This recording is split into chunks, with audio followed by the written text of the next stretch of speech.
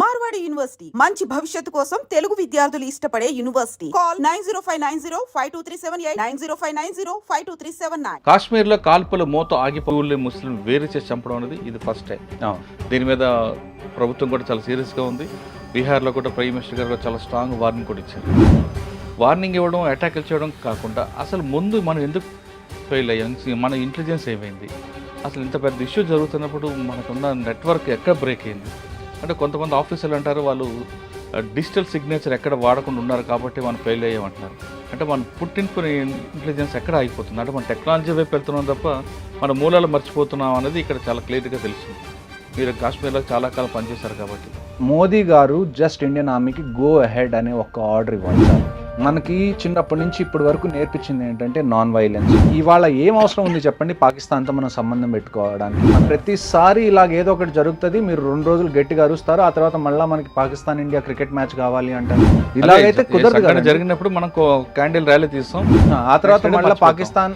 అంతెందుకు మన హైదరాబాద్లో రీసెంట్గా పాకిస్తాన్ వచ్చి ఇక్కడ ఆడినప్పుడు మీరు చూసారు ఎయిర్పోర్ట్లో ఎలాగంటి crowd. Indian Navy great, Indian Air Force great అనేవాళ్ళు తప్ప వాళ్ళ కొడుకుల్ని పంపించేవాళ్ళు ఎంతమంది. మాకు ఫోన్లు రావాల్సిన అవసరం కూడా లేదు, మేము వెంటనే ప్యాక్ చేసుకొని మేము వెళ్ళడానికి వీఆర్ వెరీ రెడీ. ఎవరి దగ్గర అయితే దాన్ని ఏమంటారు శక్తి లేదో వాళ్ళ మీద మీరు శక్తిని ప్రదర్శించారు. బయటకు వచ్చారు మీరు రిటైర్ అయిపోయి వచ్చిన తర్వాత ఈ ఇన్సిడెంట్ వినగానే మీ రక్తం బాయిల్ అయిందా, మరొకసారి వెళ్దాం అనిపించిందా? ఖచ్చితంగా నేను మీకు ఇందాటి నుంచి అదే చెప్తున్నాను. If war is the only solution now, మాకు ఫోన్ కాల్స్ లెటర్స్ రావాల్సిన అవసరం కూడా లేదండి. Welcome to I dream. కాశ్మీర్లో కాల్పుల మోత ఆగిపోవాలన్నా, పాకిస్తాన్ ఆగడాలకు పులి స్టాప్ పడాలంటే భారత ప్రభుత్వం ఏం చేయాలి, ముఖ్యంగా ప్రజలు ఏం చేయాలి అనే విషయంపై మనతో మాట్లాడడానికి మాజీ మేజర్ హర్షవర్ధన్ గారు ప్రస్తుతం ఉన్నారు. ఆయన అడిగి చాలా క్లారిటీ తీసుకుంది. సార్ నమస్తే అండి. జై హింద్ మురళి గారు. సార్ కాశ్మీర్ ఇష్యూ చూస్తున్నామండి, ఫస్ట్ టైం టూరిస్టులను టార్గెట్ చేయడం. అవును, మన గతంలో మాట్లాడుకున్నట్లుగా ఎప్పుడు అమర్నాథ్ యాత్రకు వెళ్తున్నప్పుడు వాళ్ళని టార్గెట్ చేయడం, భక్తులను టార్గెట్ చేయడం తప్ప టూరిస్టులను డైరెక్ట్గా చేయడం అనేది ఎక్కడ కనబడలేదు. అవును, మీకు చెప్తున్నా, గతంలో మనం డిస్కస్ చేసినట్టుగా టూరిస్ట్ స్పాట్స్ కొన్ని ఉన్నాయి. ఆ స్పాట్స్లో అన్ఎక్స్పెక్టెడ్ జరగడం తప్ప ఇంత పెద్ద లార్జ్గా చనిపోవడం, పర్టికులర్గా హిందువుల్ని ముస్లిం వేరు చేసి చంపడం అనేది ఇది ఫస్ట్ టైం. దీని మీద ప్రభుత్వం కూడా చాలా సీరియస్గా ఉంది. బీహార్లో కూడా ప్రైమ్ మినిస్టర్ గారు చాలా స్ట్రాంగ్ వార్నింగ్ కూడా ఇచ్చారు. వార్నింగ్ ఇవ్వడం, అటాక్లు చేయడం కాకుండా అసలు ముందు మనం ఎందుకు ఫెయిల్ అయ్యాం, మన ఇంటెలిజెన్స్ ఏమైంది, అసలు ఇంత పెద్ద ఇష్యూ జరుగుతున్నప్పుడు మనకున్న నెట్వర్క్ ఎక్కడ బ్రేక్ అయింది అంటే కొంతమంది ఆఫీసర్లు అంటారు వాళ్ళు డిజిటల్ సిగ్నేచర్ ఎక్కడ వాడకుండా ఉన్నారు కాబట్టి మనం ఫెయిల్ అయ్యామంటున్నారు. అంటే మన పుట్టిన ఇంటెలిజెన్స్ ఎక్కడ ఆగిపోతుంది అంటే మన టెక్నాలజీ వైపు వెళ్తున్నాం తప్ప మన మూలాలు మర్చిపోతున్నాం అనేది ఇక్కడ చాలా క్లియర్గా తెలుస్తుంది. మీరు కాశ్మీర్లో చాలా కాలం పనిచేశారు కాబట్టి ఇక్కడ ఫెయిల్యూర్ ఎక్కడ కనిపిస్తుంది అంటారు? చూడండి, ఫస్ట్గా మాట్లాడుకుంటే ఆర్మీ కానివ్వండి, సిఆర్పిఎఫ్ కానివ్వండి, జేఎండ్కే పోలీస్ కానివ్వండి, ఇంటెలిజెన్స్ ఫెయిల్యూర్ అయితే మాత్రం దీన్ని మనం ఖచ్చితంగా అనాల్సిందే. దానికి ఒప్పుకోవాల్సిందే. తప్పు ఉన్నప్పుడు ఒప్పుకోవాలి, అప్పుడే మనం దాన్ని కరెక్ట్ చేసుకోగలదు. అలా కాదు తప్పు లేదు, మా తప్పేం లేదు అంటే that is not the right approach to a problem. ఇంకొకటి, ఇందాక మీరు చెప్పినట్టు ప్రతిసారి అమర్నాథ్ యాత్రకు ఎవరైతే భక్తులు వెళ్తారో వాళ్ళ మీద అటాక్ చేయడానికి చాలాసార్లు అటెంప్ట్స్ అటాక్స్ జరిగినవి కూడా ఇంతకుముందు. కానీ టూరిస్ట్ మీద, పర్యాటకుల మీద డైరెక్ట్గా అటాక్ అనేది ఇప్పటి వరకు జరగలేదు. మేబీ అదొక రీజన్ అయి ఉండొచ్చు దాన్ని మనం ముందే యాంటిసిపేట్ చేయకపోవడానికి. అట్ ద సేమ్ టైం నాకు ఎక్కడో లింక్ మిస్ అవుతుందని అనిపిస్తుంది ఇందులో. ఎందుకంటే నేను ఇందాక చెప్పినట్టుగా పర్యాటకుల్ని డైరెక్ట్గా టార్గెట్ చేసి, అది కూడా ఇంతమందిని, అంటే ఇంతకు ముందు కూడా టూరిస్ట్ కొంతమంది చనిపోయారు కాశ్మీర్కి వచ్చినప్పుడు. మేబీ వాళ్ళు స్టోన్ పెల్టింగ్ మధ్యలో ఇరుక్కొని, లేకపోతే ఆపరేషన్స్ మధ్యలో ఇరుక్కొని చనిపోయారే తప్ప డైరెక్ట్గా టార్గెట్ చేసి టూరిస్ట్ని చంపింది అన్నది ఇంతకుముందు నేను ఎప్పుడు చూడలేదు. సో ఇందులో దీని అర్థం ఏంటో నేను కూడా అర్థం చేసుకోవడానికి ట్రై చేస్తున్నాను. ఇక్కడ అన్నిటికన్నా మెయిన్ ప్రాబ్లం మనకేంటి అంటే లోకల్ సపోర్ట్ లేకుండా ఇదంతా జరగడం అనేది ఇంపాసిబుల్. ఇంకొక విషయం మనందరం ఒకటి గుర్తుపెట్టుకోవాల్సిన విషయం ఏంటి అంటే దిస్ ఈజ్ ఇస్లామిక్ టెర్రరిజం. మీకు నచ్చినా నచ్చకపోయినా, మీకు వినడానికి ఇబ్బందిగా ఉన్నా లేకపోయినా, I'm not here to give politically correct statements. This is Islamic terrorism. నేను ఎందుకు చెప్తున్నాను అంటే ఇస్లాం అనేది ఒక్క ఇండియాలోనే కాదు కదా ఉంది. ఇప్పుడు పాకిస్తాన్ని మనం ఏమంటాం? పాకిస్తాన్ని మనం ఇస్లామిక్ రిపబ్లిక్ ఆఫ్ పాకిస్తాన్ అంటాం. వాళ్ళు వచ్చి హిందువులందరూ టూరిస్ట్ అందరినీ ఒకవైపు నుంచోబెట్టి, ముస్లిమ్స్ అందరినీ ఒకవైపు నుంచోబెట్టి వాళ్ళ ప్యాంట్లు కిందకి దింపి చెక్ చేసి చంపుతున్నారు అంటే what is the reason behind it? వాళ్ళు చంపిన తర్వాత వెళ్ళి మీ మోదీకి చెప్పుకోండి ఇలాంటి స్టేట్మెంట్స్ ఇస్తున్నారు అంటే దాని అర్థం ఏంటి? దాని అర్థం ఏంటి అంటే పాకిస్తాన్ పుట్టిందే హిందూ హేట్రేడ్ మీద. మీరు దాన్ని డినై చేయలేరు. 2 నేషన్ థియరీ ఏదైనా కావచ్చు, వాళ్ళు వేరుగా మాకు ల్యాండ్ కావాలి, మేము వేరే కంట్రీ పెట్టుకుంటాం అని అన్నప్పుడు that is not out of వాళ్ళు ఏదో డెవలప్ అవ్వాలి వాళ్ళ సొంతంగా అని కాదు. That just one plain reason is వాళ్ళకి హిందూస్తో ఉండడం ఇష్టం లేదు. సో ఇప్పుడనే కాదు, నేను కాశ్మీర్లో నేను సర్వ్ చేసినప్పటి నుంచి లాస్ట్ 1947లో ఎప్పుడైతే మనం ఇండిపెండెంట్ అయ్యామో అప్పటి నుంచి చూసుకుంటే ఇప్పటి వరకు ప్రతిసారి there is always hate angle. రీసెంట్గా మనకి బలూచిస్తాన్లో బలూచ్ లిబరేషన్ ఆర్మీ అనేది ఆ ట్రైన్ మీద అటాక్ చేసి హైజాక్ చేసి చాలా పెద్ద ఆపరేషన్ చేశారు వాళ్ళు పాకిస్తాన్ ఆర్మీ మీద. అలాంటి హైజాక్ అనుకోవచ్చా, లేదు వాళ్ళు ఇండిపెండెన్స్ కోసం వాళ్ళు చేశారు అనుకోవచ్చు? ఇండిపెండెన్స్ కోసమే ఈ ఫైట్. కానీ దాన్ని హైజాక్ అని అనకూడదు. హైజాక్ ఎందుకు అంటున్నాను అంటే అందులో వాళ్ళు ఒక్క సివిలియన్స్ని కూడా ఎక్కడా టచ్ చేయలేదు. ఆ జనరల్గా బలూచిస్తాన్లో క్వెటా అనే ఒక ప్లేస్ ఉంది, అది బలూచిస్తాన్కి మీరు క్యాపిటల్ సిటీ లాగా అనుకోవచ్చు. ఆ ఏరియాలో చాలామంది ఆర్మీ వాళ్ళు కానీ డిఫెన్స్ ఫోర్సెస్ వాళ్ళు పాకిస్తాన్ వాళ్ళు అక్కడ పోస్టింగ్ ఉంటారు. కానీ అక్కడి నుంచి మెయిన్ పాకిస్తాన్కి రీచ్ అవ్వాలంటే ఆ ట్రైన్ ఒక్కటే దారి. సో ఎవరైనా కానీ పోస్టింగ్కి వెళ్ళినా డిప్లాయ్మెంట్కి వెళ్ళినా మళ్ళీ లీవ్కి వెళ్ళాలన్నా కానీ ఆ ట్రైన్ ఒక మెయిన్ అదొక్కటే లింక్, కనెక్టింగ్, అదే మెయిన్ కనెక్షన్ పాయింట్ అనమాట. సో దాని మీద వాళ్ళు అటాక్ చేసి హైజాక్ చేసినప్పుడు కూడా ఒక్క సివిలియన్ని కూడా వాళ్ళు అక్కడ ఉంచడం కానీ వాళ్ళకి హాని చేయడం కానీ చేయలేదు. సో ఇదే ఇప్పుడు even if you are fighting, మీరు ఒకవేళ ఫైట్ చేస్తున్నా కానీ there are some unsaid rules.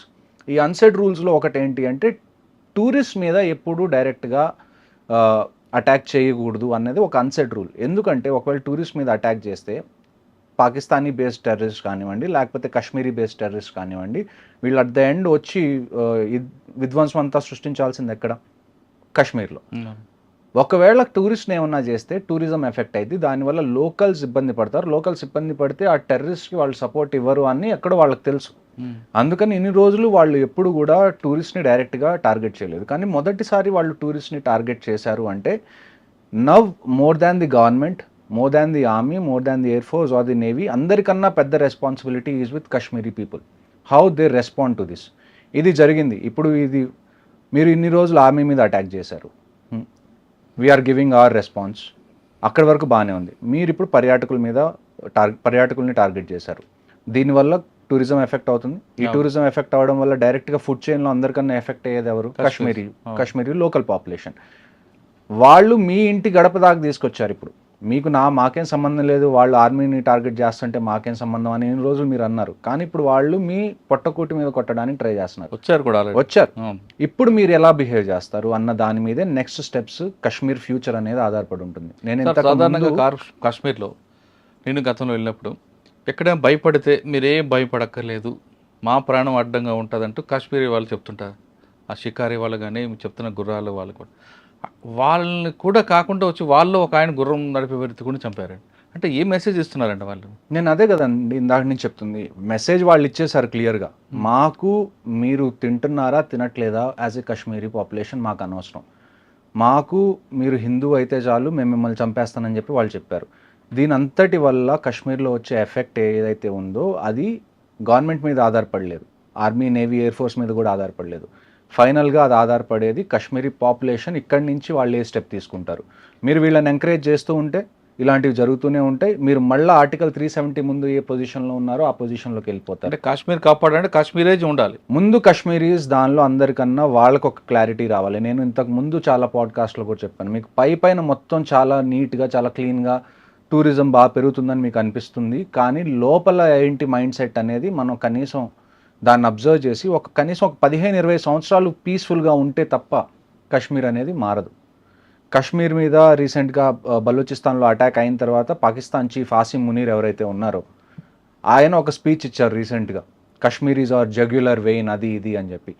1947 దగ్గర నుంచి 2025 వరకు ఆల్మోస్ట్ 75 ఏళ్ళు దాటినాయి. ఇప్పటి వరకు వాళ్ళు కంటిన్యూస్గా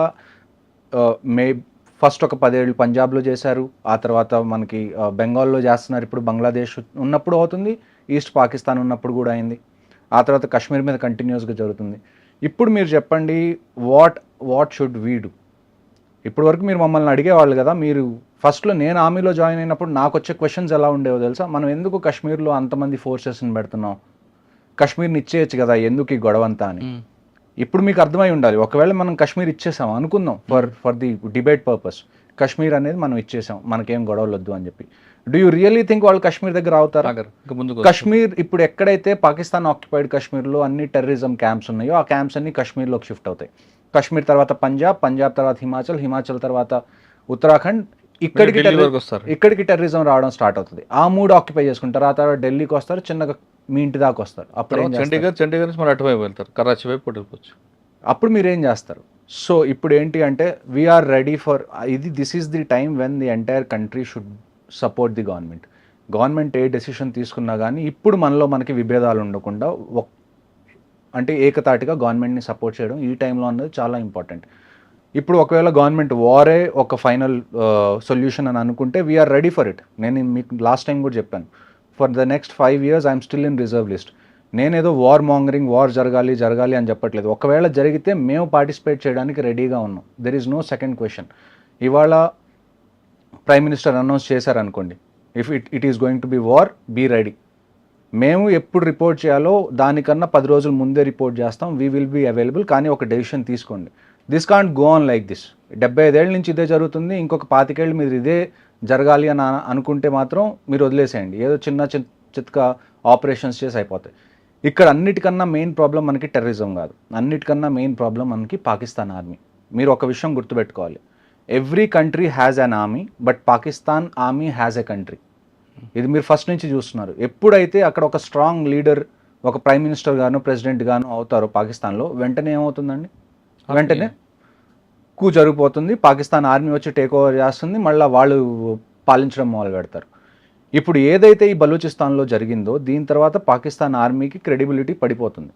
ఇలాంటి టైంలో వాళ్ళ క్రెడిబిలిటీని కాపాడుకోవడానికి దిస్ మస్ట్ బీ సమ్ చాలా డెస్పరేట్గా చేసిన డైవర్షన్ చేయడం అంటారు కాదు, చాలా ఇప్పుడు డెస్పరేట్గా ఉన్నారు. ఇంకా వాళ్ళని వాళ్ళు ప్రూవ్ చేసుకోవాలి. ఇప్పుడు ఈ అటాక్ అవుతుంది, ఈ అటాక్ అయితే మనకి ఈజీగా తెలుసు ఇది పాకిస్తాన్ చేయించింది అని.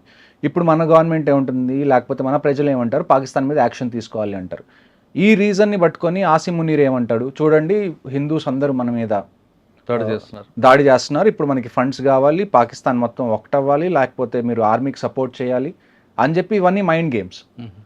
ఈవెన్చువల్గా ఏమవుతుందండి, పిఓకే ఏమంటాం మనం, పాకిస్తాన్ ఆక్యుపైడ్ కశ్మీర్ మంది అంటాం కదా. మరి ఎల్సీ ఏం చేస్తుంది మధ్యలో? ఎల్సీని జరపండి. మీరు ఒక్కసారి ఇండియన్ ఆర్మీకి ఆర్డర్ ఇచ్చి చూడండి. మోదీ గారు జస్ట్ ఇండియన్ ఆర్మీకి గో అహెడ్ అనే ఒక ఆర్డర్ ఇవ్వాలి చాలు. నేను మీకు 2020, 2019 ఆ టైం విషయం చెప్తాను. డీజీఎంఓ అని ఒక అపాయింట్మెంట్ ఉంటుంది ఆర్మీలో, పాకిస్తాన్ ఆర్మీలో కూడా ఉంది, ఇండియన్ ఆర్మీలో కూడా ఉంది. డీజీఎంఓ అంటే డైరెక్టర్ జనరల్ మిలిటరీ ఆపరేషన్స్. అంటే ఈ 2 కంట్రీస్లో ఏ మిలిటరీ ఆపరేషన్స్ జరగాలన్నా అది డీజీఎంఓ దగ్గర నుంచి ఇనిషియేట్ అవుతుంది. అలాంటి DGMO, Pakistan DGMO 15 core commander. మీరు చాలా టీవీ షోస్లో చూసుంటారు. జనరల్ కేజేఎస్ ఢిల్లో అని చెప్పి ఒక లెఫ్టినెంట్ జనరల్ ఉన్నారు, 15 కోర్ కమాండర్ ఆయన. జనరల్ టైనీ ఢిల్లో అని కూడా అంటారు ఆయన. ఆయనకి డీజీఎంఓ పాకిస్తాన్ డైరెక్ట్గా ఫోన్ చేసి, ఏంటండి మీరు ఎల్సీ దగ్గర చిన్న ఏదైనా జంతు గదిలినా కానీ మీరు అంత అటాక్ చేస్తున్నారు అని. అలాంటి ఆపరేషన్స్ ఇంతకుముందు జరిగినాయి. This is not the first time. The only option right now we have is LC మీద దీపావళి జరగాలి. ప్రతిసారి దీపావళి మనం వింటర్స్లో చేసుకుంటాం, ఈసారి దీపావళి సమ్మర్స్లో చేసుకోవాలి. వాడండి, మన దగ్గర ఉన్న ప్రతి వెపన్ ఏదైతే ఉందో వాడండి. మనం ఎస్కలేషన్ గురించి భయపడకూడదు. ఇప్పుడు వరకు మన మైండ్ సెట్ ఎలాగుంది చూడండి. ఈ కంట్రీలో మనకున్న అతిపెద్ద దరిద్రం ఏంటి అంటే, మనకి చిన్నప్పటి నుంచి ఇప్పటి వరకు నేర్పించింది ఏంటంటే నాన్ వైలెన్స్, మెచ్యూర్గా ఉండండి. An eye for an eye makes the whole world blind అంటారు, which is a very stupid argument. An eye for an eye makes the competition equal. ఇప్పుడు నేను ఉన్నాను, ఒక్కొక్కడితో గొడవ పడుతున్నాను, వాడి కన్ను తీసేశాను. ఇప్పుడు వాడు నా కన్ను తీయకపోతే నా దగ్గర 2 కళ్ళు ఉన్నాయి, వాడి దగ్గర ఒక్క కన్నే ఉంది. నేను మళ్ళీ వాడిని అటాక్ చేసినప్పుడు ఎవరి దగ్గర అడ్వాంటేజ్ ఉంటుంది? నా దగ్గర అడ్వాంటేజ్ ఉంటుంది. సో ఇవన్నీ చెప్పుకోవడానికి బాగుంటాయి. An eye for an eye makes the whole world blind. No, if you don't take the eye in response of this, ఇలాంటివి ఇంకా పెరుగుతూనే ఉంటాయి, ఇవి తగ్గవు. సో మనం మోడీ గారు కూడా ఇవాళ స్ట్రాంగ్ వార్నింగ్ ఇచ్చారండి. ఖచ్చితంగా 27 మంది ప్రాణాలు తీసుకున్న అందరినీ వదిలిపెట్టు, మట్టిలో కలుపుతామంటారు. అంతేకాకుండా మనకి వాళ్ళకున్న అగ్రిమెంట్స్ అన్నీ కూడా క్లోజ్ చేశారు. వాటర్ ఇష్యూ కానీ లేదా సరే మన బార్డర్ ఇష్యూస్ కూడా క్లోజ్ చేశారు. అటువంటి వాటి వల్ల వాళ్ళకి ఏమైనా ఇబ్బంది వస్తుంది అంటారా? చూడండి, నేను పంజాబ్లో కూడా పోస్టింగ్లో ఉన్నప్పుడు నేను సత్లజ్ రివర్ మీద చాలా పనిచేశాను. సో ఇండస్ వాటర్ ట్రీటీ ఏంటి అంటే, ఈస్టర్న్ రివర్స్ ఏవైతే ఉన్నాయో 3 రివర్స్ వాటిని మెయిన్గా పాకిస్తాన్ యూస్ కోసం, వెస్టర్న్ రివర్స్ ఏవైతే ఉన్నాయో 3 అవి ఇండియన్ యూస్ కోసం అనేది అది ట్రీటీ జరిగింది. వరల్డ్ బ్యాంక్ ఈ ట్రీటీని కుదిర్చింది యాక్చువల్గా. సో ఇప్పుడు మనకు అడ్వాంటేజ్ ఏంటి అంటే ఈ ఇండస్ వాటర్ ట్రీటీ మనం బంద్ చేయడం వల్ల మనకున్న పెద్ద అడ్వాంటేజ్ ఏంటి అంటే పాకిస్తాన్లో ఏదైతే అగ్రికల్చర్ జరుగుతుందో అగ్రికల్చర్ మొత్తం ఈ రివర్స్ మీద ఆధారపడే జరుగుతుంది. సింధు, ఇండస్, రావి, రావి ఇంకొక రివర్ ఏదో 3 రివర్స్, హిమాచల్ ప్రదేశ్ కదా, బియాస్, హిమాచల్ నుంచి ఏవైతే ఉన్నాయో ఇవన్నీ కొన్ని టిబెట్లో ఆరిజిన్ అవుతాయి, కొన్ని హిమాచల్లో ఆరిజినేట్ అవుతాయి. జనరల్లీ హిమాలయాస్లో ఆరిజినేట్ అయ్యే రివర్స్ అన్ని అరేబియన్ సీలో కలవడానికి మన ఇండియా నుంచి పాకిస్తాన్ మీదుగా వెళ్ళి అరేబియన్ సీలో కలుస్తాయి. సో కొన్ని ఇండియాలో నుంచి వెళ్ళి అరేబియన్ సీలో కలుస్తాయి. వాటి కంట్రోల్ కంప్లీట్గా మన దగ్గర ఉంది. కొన్ని రివర్స్ ఏంటంటే ఇండియా నుంచి వెళ్ళి పాకిస్తాన్లోకి ఎంటర్ అయ్యి ఆ తర్వాత అరేబియన్ సీలో కలుస్తాయి. ఈ ఏ రివర్స్ అయితే ఇండియాలో ఎంటర్ అయ్యి తర్వాత పాకిస్తాన్లోకి ఎంటర్ అవుతాయో దాని కంట్రోల్ మన దగ్గర మనం పెట్టుకోవచ్చు.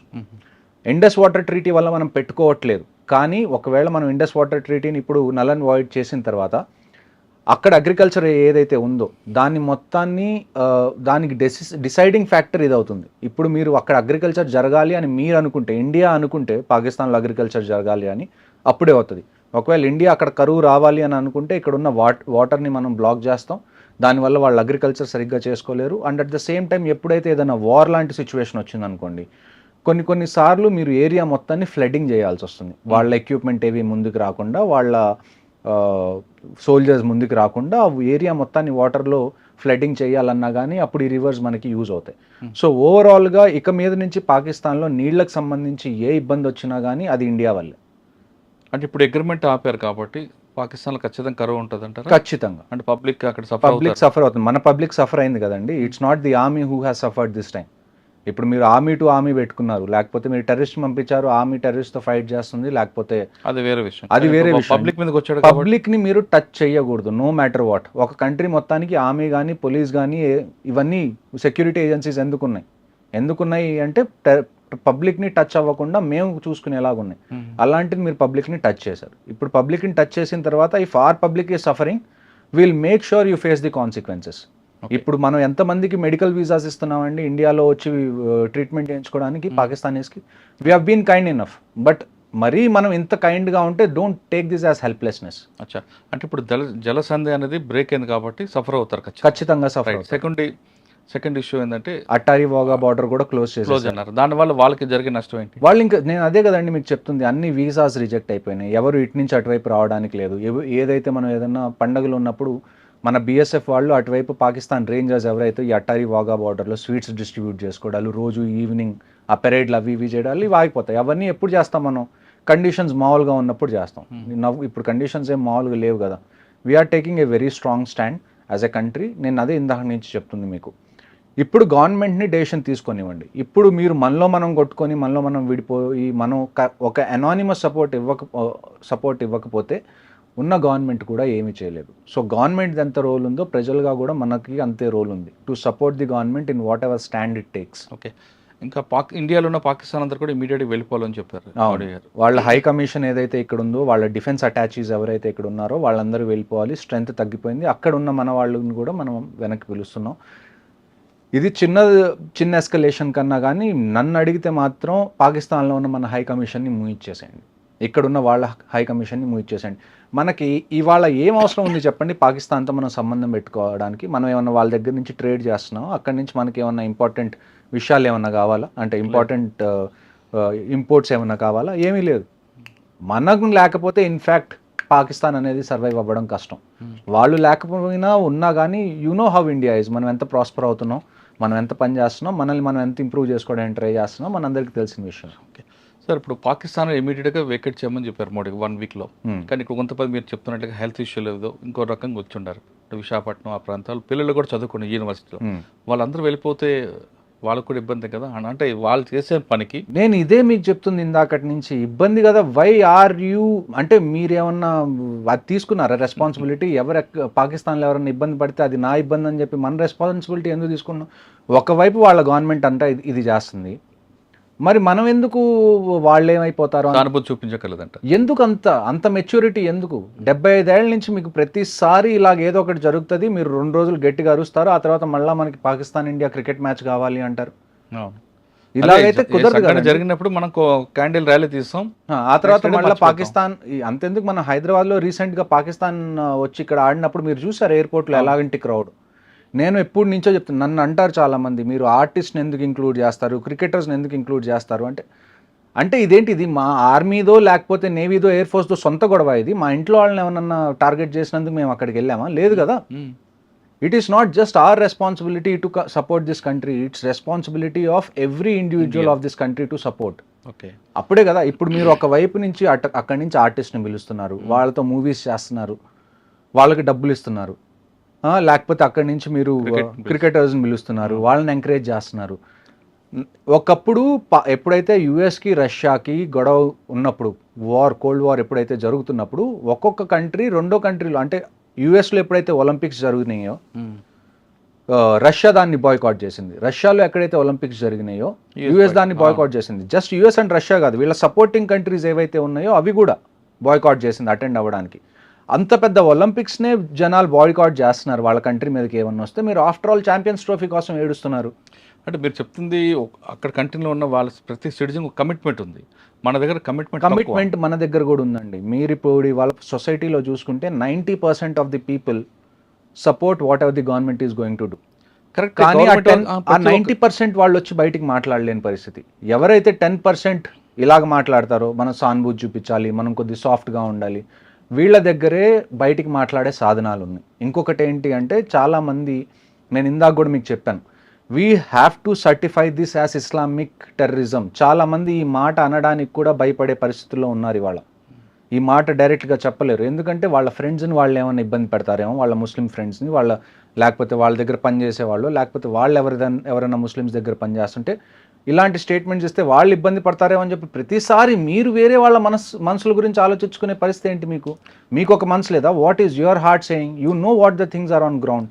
కానీ మన దగ్గర వచ్చిన ఒక మైనస్ ఏంటంటే, మీరు చెప్తుండే ప్రతి ఒక్కరు పాకిస్తాన్ మీద యుద్ధం అనగా నేను వస్తా, నేను వెళ్తా, తుపాకీ ఇవ్వండి వెళ్తానంటాడు. కానీ పాకిస్తాన్ ఇండియా మ్యాచ్ అనగానే మాత్రం డబ్బులు ఎక్కువ పెట్టి బ్లాక్లు పెట్టి సినిమా ఆ మ్యాచ్ చూస్తాడు. నేను అదే కదా, ఎందుకు ఆ తప్పు కదా. నేను అదే కదా మీకు చెప్తుంది. మనం సినిమా క్రికెట్ని దాటి ఆలోచించకపోతే these two are just your entertainment. What is cinema మీరు చెప్పండి నాకు.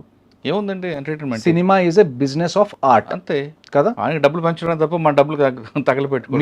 మీకేం ఫ్రీగా ఎవరు సినిమా చూపించట్లేదు కదా. మీరు పే చేస్తారు, మీరు ఒక ప్రోడక్ట్ ఎలా కొనుక్కుంటారో సేమ్ అది. దానివల్ల రేపటికి రేపు సినిమాలు ఆగిపోతే, ఎంటర్టైన్మెంట్ ఆగిపోతే అని నేను చెప్పట్లేదు, జస్ట్ సినిమా నష్టమే లేదు. సొసైటీలో ఏం పెద్ద నష్టం ఏముండదు. రేపటికి రేపు క్రికెట్ మనం ఆడకపోతే, పాకిస్తాన్తో ఆడట్లేదు, మేబీ సౌత్ ఆఫ్రికాతో ఆడతాం, ఆస్ట్రేలియా. మన వాళ్ళు బ్లాక్ అని కొనుక్కొని చూస్తాడు. నేను మీకు చెప్తుంది, ఏ 10% ఎవరైతే ఉన్నారో, మనం సాఫ్ట్ గా ఉండాలి, మనకి డైలాగ్ ఉండాలి, మనం 75 10% ఏం చేస్తారు, అదే ఇండియా మీద వార్ అనగానే తుపాకు తీసుకువెళ్తా అంటాడు. చెప్పడానికి చాలా ఈజీ అండి. నేను చెప్తున్నాను కదా, 100% మంది Indian army great, Indian Navy great, Indian Air Force great అనేవాళ్ళు తప్ప వాళ్ళ కొడుకుల్ని పంపించేవాళ్ళు ఎంతమంది ఉంటారు?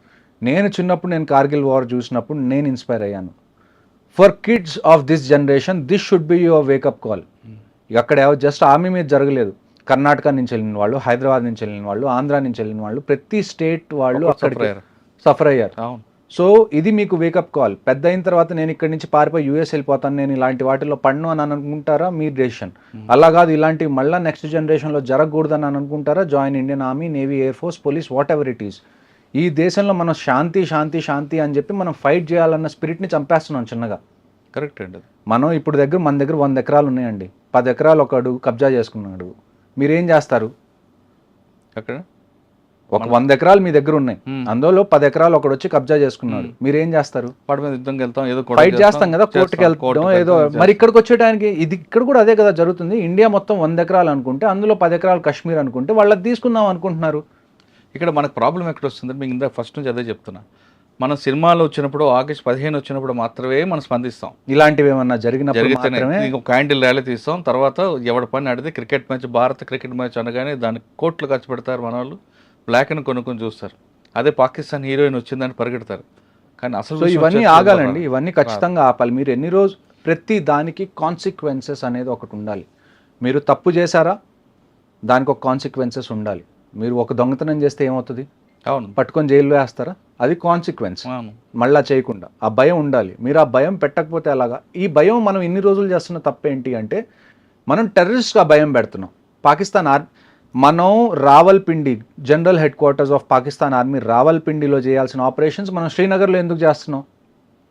You give a go ahead. నేను డైరెక్ట్గా చెప్తున్నాను ప్రైమ్ మినిస్టర్ గారికి, ఒకవేళ మీరు ఇప్పుడు వార్ జరగాలి అని మీరు అనుకున్నారా, ఎకానమీ విల్ రివైవ్ అండి. ఇండియాలో నాకు తెలిసి Indians are very hard working, we can revive our economy war జరిగిన తర్వాత కూడా. కానీ if the decision of the prime minister is that we have to go to war, I promise you, ఎంతమంది అయితే వెటరన్స్ ఆర్మీ నుంచి retire అయ్యి ఇప్పుడు మామూలుగా సివిల్ లైఫ్లో ఉన్నారో, ఐ టెల్ యూ, మాకు ఫోన్ చేయాల్సిన అవసరం కూడా లేదు. మీరు న్యూస్లో చెప్పండి, లేకపోతే టీవీ స్క్రీన్లోకి వచ్చి 8 ఎప్పుడు చెప్తారు కదా, చెప్పండి వార్ జరగబోతుంది, everybody should go to the front lines. మాకు ఫోన్లు రావాల్సిన అవసరం కూడా లేదు, మేము వెంటనే ప్యాక్ చేసుకొని మేము వెళ్ళడానికి వీఆర్ వెరీ రెడీ. ఓకే, కానీ ఒక డెసిషన్ తీసుకోండి, stick to it, and this time the solution has to be permanent. ఇలా పిఓకే మనది అంటున్నాం, బలూచిస్తాన్లో పాకిస్తాన్కి ఇష్యూ జరుగుతుంది, డ్యూరెంట్ లైన్ ఎక్కడైతే ఆఫ్ఘనిస్తాన్తో బార్డర్ ఉందో అక్కడ కూడా ఇష్యూ జరుగుతుంది. చైనా ఏమో ఇప్పుడు మొన్నటి వరకు మనకి ఇంకొక అజంప్షన్ ఏంటి, మనం పాకిస్తాన్ ఏమన్నా చేస్తే చైనా మనకి కంప్లీట్గా అగేన్స్ట్ అయ్యే ఛాన్స్ ఉంది. ఇప్పుడు చైనా పరిస్థితి ఏంటి, జియోపొలిటికల్ సిచ్యువేషన్లో యుఎస్కి చైనాకి మధ్యలో ట్రేడ్ వార్ జరుగుతుంది, టారిఫ్స్ అన్ని పెంచేసారు. ఇప్పుడు చైనాలో స్టాక్ మార్కెట్ ఏదైతే ఉందో అది ఆల్మోస్ట్ కొలాప్స్ అయ్యే స్టేజ్లో ఉంది. ఓకే, ఇప్పుడు షీ జిన్పిన్ ఎవరైతే చైనాకి దేవుడు అనుకుంటాం మనం, ఆయన వియత్నాం, మలేషియా లాంటి కంట్రీస్కి వెళ్ళి ఆయన అడుక్కోవాల్సి వస్తుంది, మీరు యూఎస్కి కాకుండా మాకు సపోర్ట్ చేయండి అని. So this is the best time if you have to go for a military operation. ఎందుకంటే పాకిస్తాన్కి సపోర్ట్ చేయడానికి చైనా ఇప్పుడు బిజీగా ఉంది, and at the same time ఒకవైపు నుంచి ఇండియా ఉంటే రెండో వైపు ఆఫ్ఘనిస్తాన్ వైపు నుంచి ఆఫ్ఘనిస్తాన్ ఆర్మీ కూడా రెడీగా ఉంది, తాలిబాన్ ఆర్మీ కూడా రెడీగా ఉంది, ఇంటర్నల్గా బలూచిస్తాన్ ఆర్మీ కూడా రెడీగా ఉంది, and at the same time Tehreek-e Taliban Pakistan అని చెప్పి ఒక ఆర్గనైజేషన్ ఉంది which is against the Pakistan army. ఇన్ని ఎలిమెంట్స్ మీ దగ్గర రెడీగా ఉన్నాయి, మీరు యూటిలైజ్ చేసుకోవాలి, ఎక్స్ప్లాయిట్ చేసుకోవాలి అంటే I don't think there is any better time than this. Talibans కూడా స్టేట్మెంట్ ఇచ్చారు కాశ్మీర్ విషయంలో కూడా. ఇప్పుడు వరకు చైనా, యుఎస్ అందరూ స్టేట్మెంట్స్ ఇచ్చారు. ఇప్పుడు వరకు స్టేట్మెంట్ రాంది కెనడా దగ్గర నుంచే. దాన్ని కూడా మనం చూసుకోవాలి. Why is Canada not giving a statement at? ఎందుకంటే కెనడాలో ఇప్పుడు వరకు మనం చూసాం ఖాళిస్తాన్కి వాళ్ళు సపోర్ట్ చేయడం కానివ్వండి, ఐఎస్ఐకి సపోర్ట్ చేయడం కానివ్వండి, అది కెనడాలో ఉంది. So we have to deal with this also. But before dealing other things మనం ఫస్ట్ డీల్ చేయాల్సింది ఏంటి అంటే, నేను ఖచ్చితంగా మీకు చెప్తున్నానండి, maybe with in a month something big is going to happen.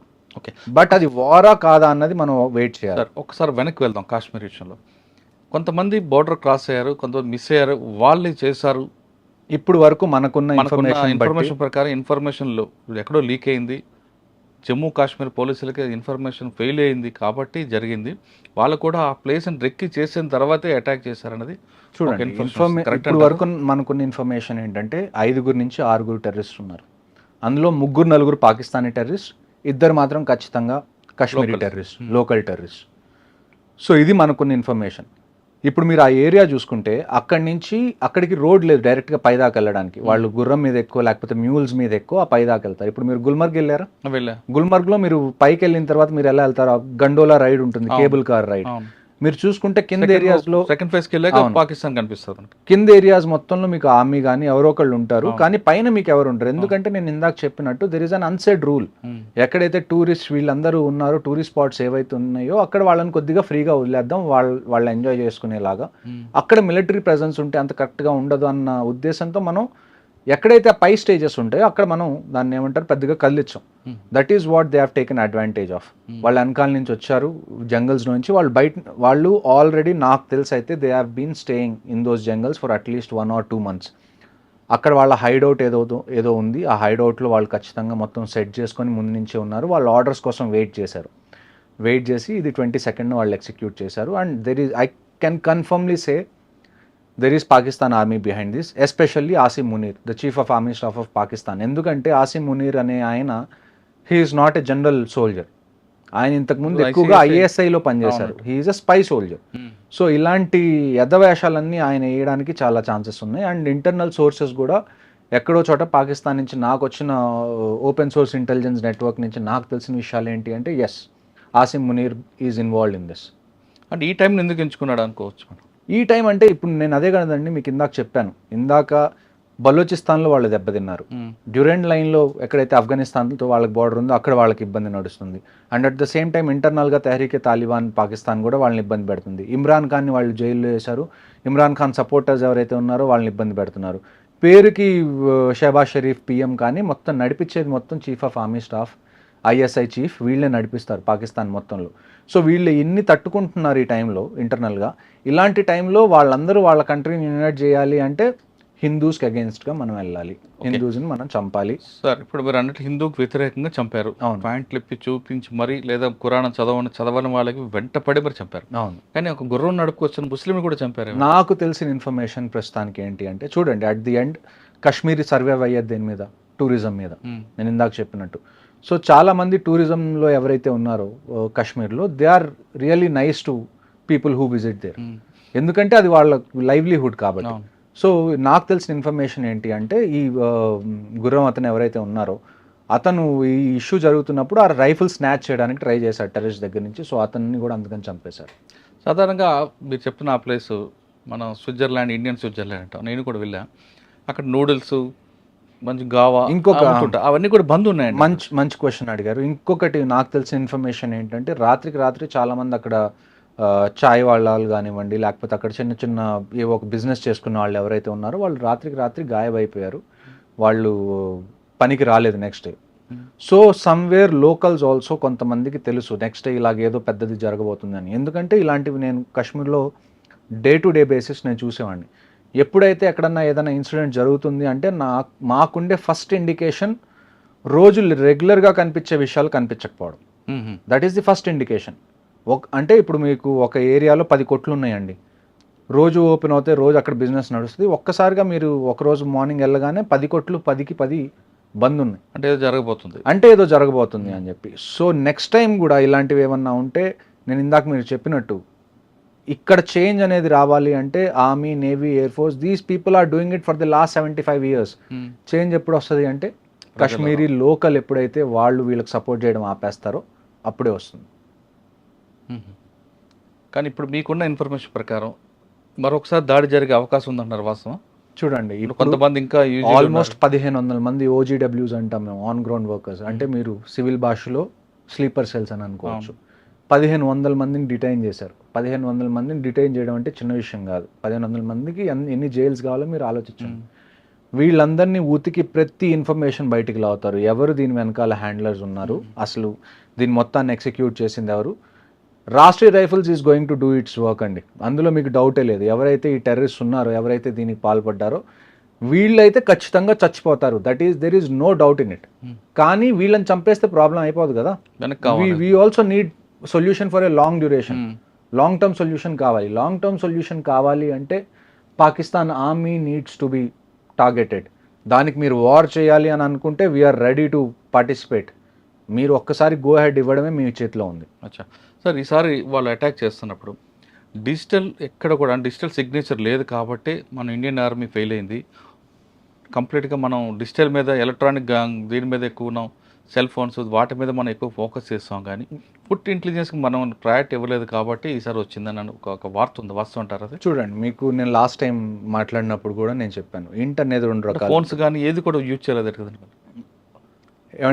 ఎలాగో అలాగా ఇప్పుడు ఒక ఆపరేషన్ చేయాలి అని అనుకుంటే ఎక్కడో చోట కమ్యూనికేషన్ అనేది వాళ్ళు ఎస్టాబ్లిష్ చేసుకోవాలి, తప్పదు. అది ఎప్పుడు అంటే బీట్ ఫిజికల్గా కానివ్వండి, లేకపోతే టెక్నికల్గా కానివ్వండి, మనకి 2 రకాల ఇంటెలిజెన్స్ ఉంటాయి. ఒకటి ఫిజికల్ ఇంటెలిజెన్స్, ఒకటి టెక్ ఇంటెలిజెన్స్.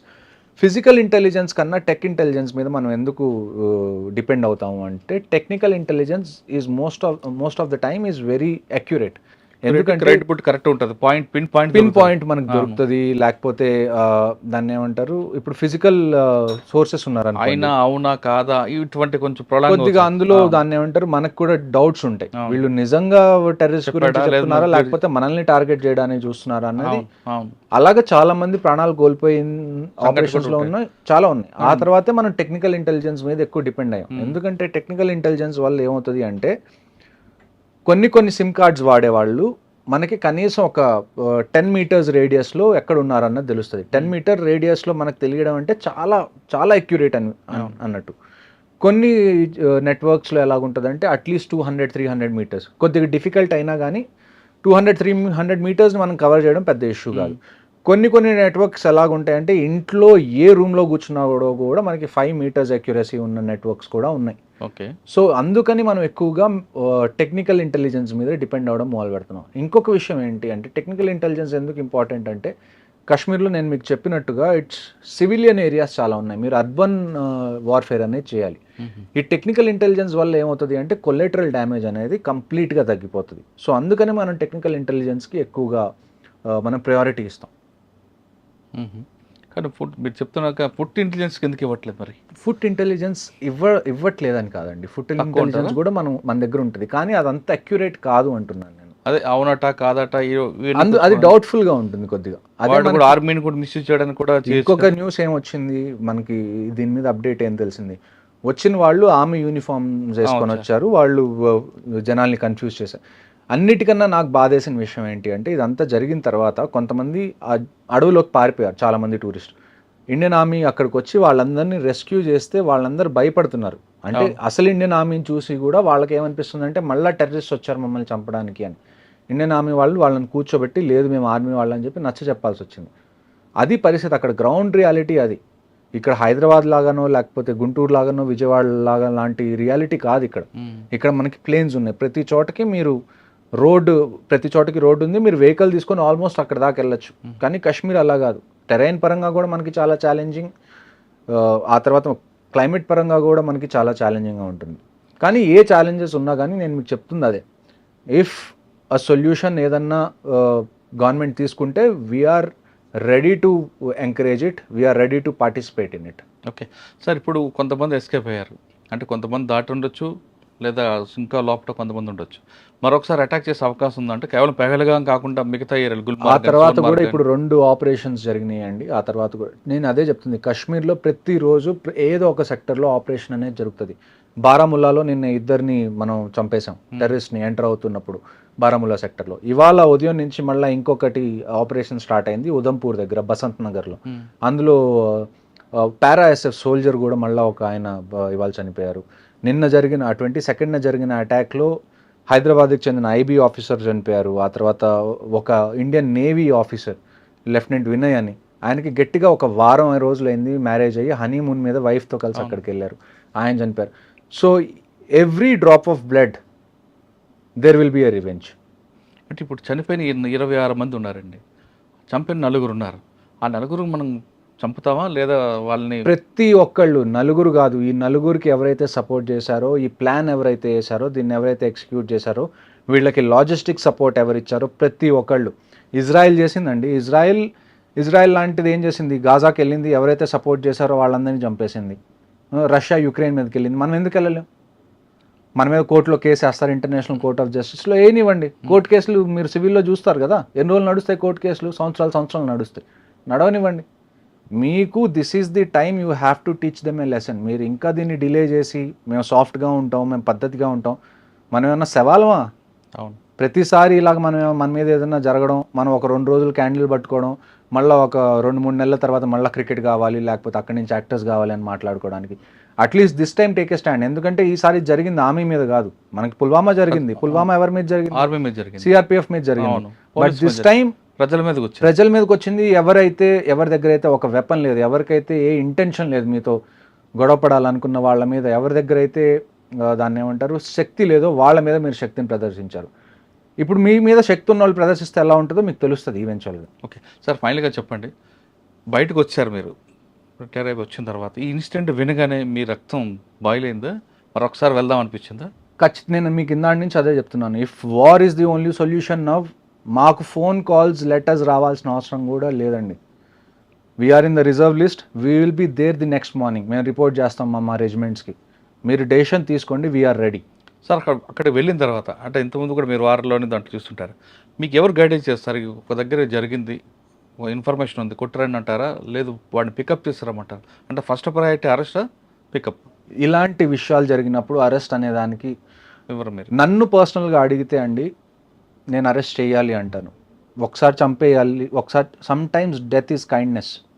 ఒకడిని చంపేస్తే మనం వాడి మీద జాలి చూపించినట్టు అర్థం ఇలాంటి వాళ్ళని. నన్ను అడిగితే ఈసారి వీ షుడ్ అరెస్ట్ దెమ్. వాళ్ళ టార్చర్ ఎలాగ ఉండాలి అంటే, నేను కాశ్మీర్లో నేను చెప్తాను, నేను ప్రతిసారి ఆపరేషన్కి వెళ్ళేటప్పుడు నేను చెప్పేది ఏంటి అంటే, ఇస్లాంలో ఏంటి అంటే ఎవరన్నా చనిపోతే ఏం చేస్తారు, పూడ్చి పెడతారు, కాల్చరు. కాలిస్తే వాళ్ళు దాన్ని ఏమంటారు, వాళ్ళ రిలీజన్ బట్టి అది దాన్ని అగేన్స్ట్.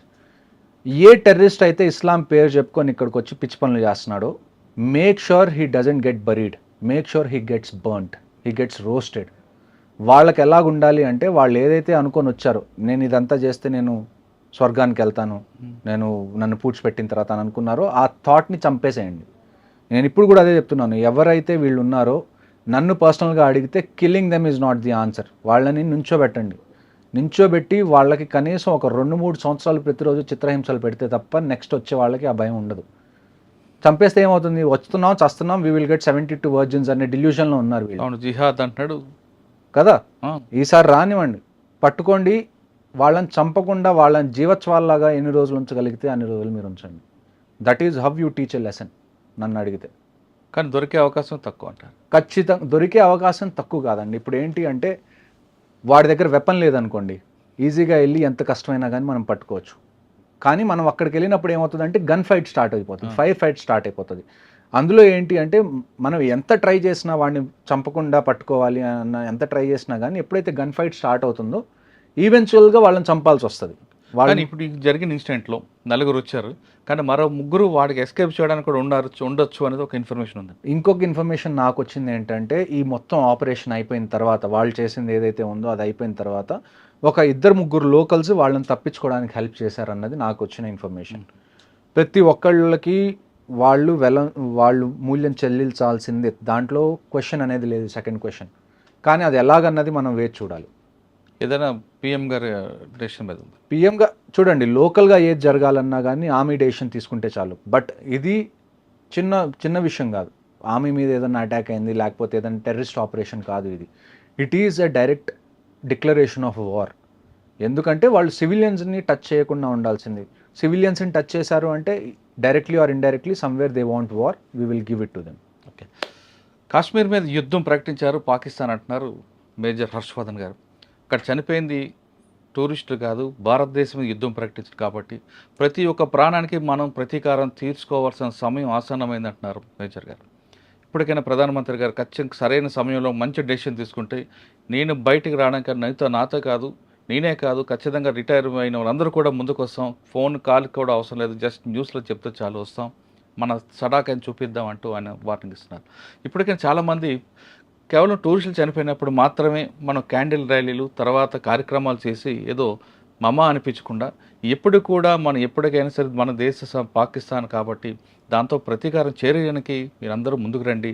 అంతేగాని భారత్ పాక్ మ్యాచ్ అవ్వగానే చప్పట్లు కొట్టడం, పాకిస్తాన్ హీరోయిన్లు వస్తే వెల్కమ్ చెప్పడం అనేది కరెక్ట్ కాదంటూ ఆయన చెప్తున్నారు. అది కాశ్మీర్లో జరిగిన ఇష్యూపై మేజర్ హర్షవర్ధన్ గారితో ఎక్స్క్లూజివ్ ఇంటర్వ్యూ. వచ్చే వారం మరో ఇష్యూలో మళ్ళీ కలుద్దాం. అంతవరకు నమస్తే సార్. Thank you. చనిపోయిన ప్రతి ఒక్క కుటుంబానికి